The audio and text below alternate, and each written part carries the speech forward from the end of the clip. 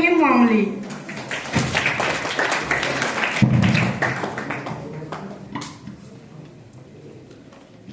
माननीय मुख्य अतिथि, आदरणीय डायरेक्टर सर और सम्मानित शिक्षक तथा तमाम उपस्थित डेरेजियो बोर्डिंग स्कूल के छात्र और छात्राएं, गणतंत्र दिवस की हार्दिक शुभकामनाएं। आज हम सभी यहाँ पे गणतंत्र दिवस बहुत ही धूमधाम से मना रहे हैं और पूरे देश में बहुत ही धूमधाम से, बहुत ही एनर्जी के साथ गणतंत्र दिवस मनाया जा रहा है। लेकिन ये हम लोग को मौका कब मिला? मौका तभी मिला जब हम आजाद हो पाए। उससे पहले हमारे पास ये मौका नहीं था कि हम आजादी से कुछ भी काम कर सके, जो भी हम करना चाहते हैं वो कर सकें, क्योंकि हम गुलाम थे। लेकिन गुलामी की जंजीरों से हमें मुक्त कराने का काम हमारे ही देश के सेनानियों ने किया, वीर जवानों ने किया, और वो बीड़ा अपने कांधों पर उठाया कि नहीं, हम यदि गुलाम रहेंगे तो हम अपना जिंदगी, जो बेहतर जिंदगी हमको मिला हुआ है, वो नहीं जी पाएंगे। इसीलिए आज हम सभी के देश में, भारत देश में, भारत का जो संविधान है वो हम सभी को एकता के साथ, समानता के साथ रहने का अधिकार देता है। चाहे हम किसी भी तबके का लोग हों, चाहे हमारा संप्रदाय कुछ अलग हो, हमारा धर्म कुछ अलग हो, हमारा जाति कुछ अलग हो, लेकिन फिर भी हम सभी एकजुटता के साथ एक साथ रह सकते हैं, बैठ सकते हैं, खा सकते हैं, जा सकते हैं, कुछ भी कर सकते हैं। तो वो अधिकार हमें देता है भारत का संविधान। और भारत का संविधान डॉक्टर भीमराव अंबेडकर जी ने अपने हाथों से लिखा। उनके साथ बहुत सारे लोगों ने कोऑपरेट किया कि आखिर कैसा देश चाहिए हमको, किस प्रकार का संविधान चाहिए। हमारा देश किसी राजा के नियम से नहीं चलेगा, बल्कि हमारा देश भारत के संविधान से चलेगा। भारत का संविधान सबको समानता प्रोवाइड करता है, सबको समानता का अधिकार देता है, एक साथ बैठने का अधिकार देता है, सब कुछ हमें प्रोवाइड करता है जो भी हम करना चाहते हैं। लेकिन ये सभी हम सभी को उन वीर सेनानियों की वजह से मिला जो हंस करके फांसी पर भी झूल गए थे। इसीलिए जब वो भारत की आजादी के लिए आगे बढ़े थे, घर से बाहर निकले थे कि हम भी अपने देश को आजाद करा लेंगे, उस समय उसे बहुत कुछ कहा जाता था। वहीं राम प्रसाद बिस्मिल भी कहते थे कि सरफरोशी की तमन्ना अब हमारे दिल में है, सरफरोशी की तमन्ना अब हमारे दिल में है, देखना है जोर कितना बाजुए का दिल में है, और वक्त आने पर बता देंगे तुझे ये आसमां, वक्त आने पर बता देंगे तुझे ये आसमां, अभी से तुमको क्या बताएं कि क्या हमारे दिल में है। और ये कह करके कि हमारा दिल में क्या है, हम चाहते क्या हैं, हम आजाद देश में रहना चाहते हैं, गुलामी हमें थोड़ा भी स्वीकार नहीं है, गुलामी का जिंदगी हम नहीं जीना चाहते हैं। उसी क्रम में भगत सिंह भी सामने आते हैं, उन्होंने भी ये संकल्प लेता है, ठान लेता है कि हम भी अपने देश को आजाद करा करके मानेंगे, इस गुलामी की जिंदगी हमें मंजूर नहीं है।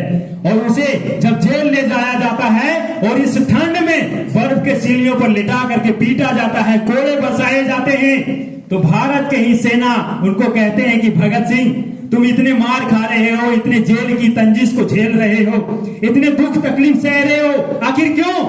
तुम करा पाओगे अपने देश को आजाद? क्या तुमको लगता है कि एक भगत सिंह से देश मेरा आजाद हो जाएगा? तुम पागल हो गए हो, तुम्हारे बस की बात नहीं है। भारत को आजाद करा पाना मुश्किल ही नहीं, नामुमकिन है। तुम छोड़ दो, तुम अपने आप को समर्पित कर दो, तुम जेल से चले जाओ, अपना जिंदगी जिस प्रकार से सारे भारतीय जी रहे हैं उसी प्रकार से जी लो। लेकिन भगत सिंह मानने वाले नहीं थे। बार बार समझाने के बाद कि भगत सिंह तुम पागल हो गए हो, तुम नहीं कर पाओगे, छोड़ दो।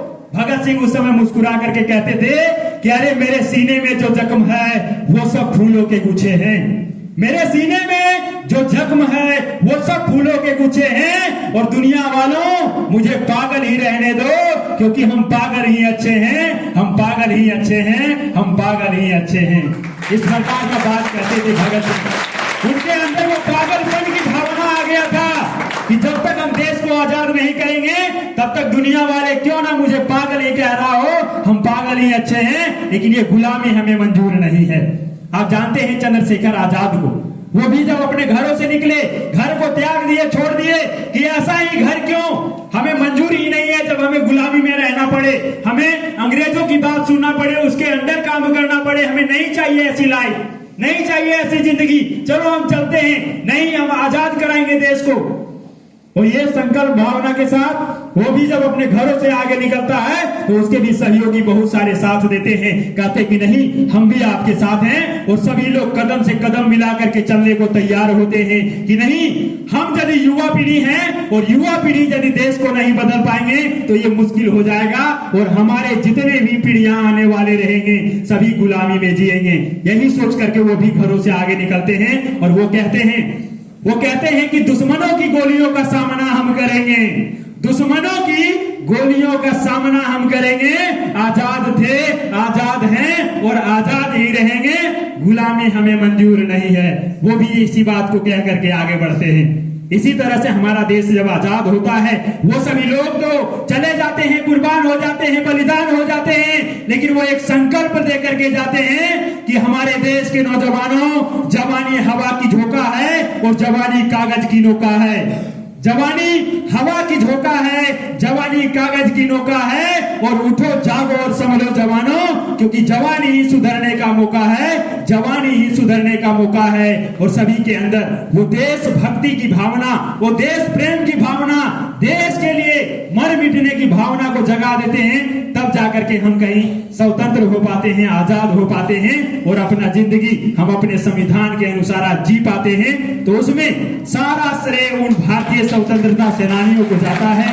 तो आज यदि हम यहाँ सभी उपस्थित हैं तो सबसे पहले उन सभी स्वतंत्रता सेनानियों को नमन करने की जरूरत है जिन्होंने अपना बलिदान, अपना जान की बाजी लगा करके हम सभी को आजाद करवाए हैं और आज हम सभी आजाद भारत में जी रहे हैं। तो सभी स्वतंत्रता सेनानियों को बहुत बहुत नमन करते हुए अपनी बात को यहीं पे समाप्त करते हैं। जय हिंद, जय भारत, वंदे मातरम।